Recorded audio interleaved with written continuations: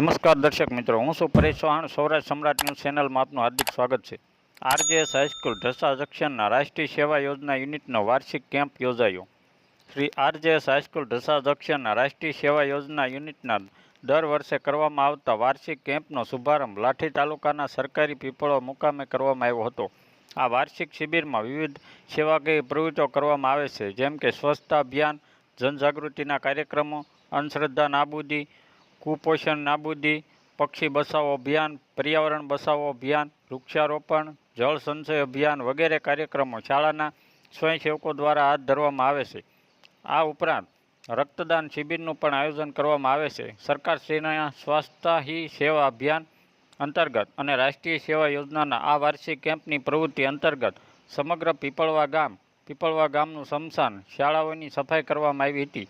આ સ્વચ્છતા અભિયાનમાં ગઢડા તાલુકા કાનૂની સેવા સમિતિના ઇન્ચાર્જ ચેરમેન અને ઇન્ચાર્જ પ્રિન્સિપાલ સિવિલ જજ વાસુ સાહેબે પણ ભાગ લીધો હતો.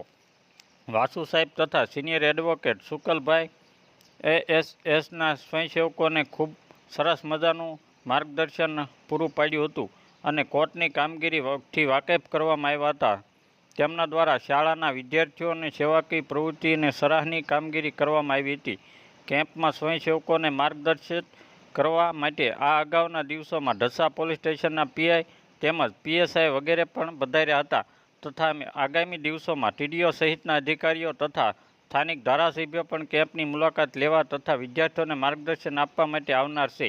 સમગ્ર શિબિરનું સંચાલન શાળાના આચાર્ય ડૉક્ટર જીબી હેરમાના માર્ગદર્શન નીચે એનએસએસના પ્રોગ્રામ ઓફિસર બીડી સાકરિયા અને જેટી કોટડિયા દ્વારા કરવામાં આવે છે. Bureau report Nikunj Bavaliya, Gadhada. કાર્યક્રમ હતો તે શેનો હતો તે બારે સંપૂર્ણ વિગત જણાવવા વિનંતી. તેમજ આપનો પરિચય, નામ જણાવજો. Doctor GB હેરમા, Acharya આરજેએચ high school Dhasa junction, તાલુકો ગઢડા, જિલ્લો બોટાદ. અમારે 2008થી રાષ્ટ્રીય સેવા યોજના એટલે કે એનએસએસ યુનિટ કાર્યરત છે અને દર વર્ષે એનએસએસ યુનિટનું વાર્ષિક શિબિર આજુબાજુના કોઈ બી ગામમાં યોજવામાં આવતો હોય છે. તો આજે 2024-25ના શૈક્ષણિક વર્ષમાં રાષ્ટ્રીય સેવા યોજનાના વાર્ષિક શિબિરમાં અહીંયા પીપળવા મુકામે કેમ્પ યોજવામાં આવ્યો હતો અને આ કેમ્પમાં તો વિવિધ સેવાકીય પ્રવૃત્તિઓ કરવામાં આવતી હોય છે.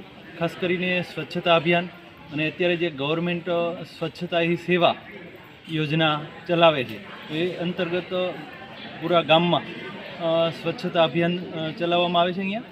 આ ઉપરાંત લોકજાગૃતિના કાર્યક્રમો, એ ઉપરાંત પક્ષી બચાવો અભિયાન, જળ સંગ્રહ, આવી વિવિધ પ્રવૃત્તિઓ અને ખાસ કરીને છેલ્લા દિવસે રક્તદાન કેમ્પનું પણ આયોજન કરવામાં આવે છે.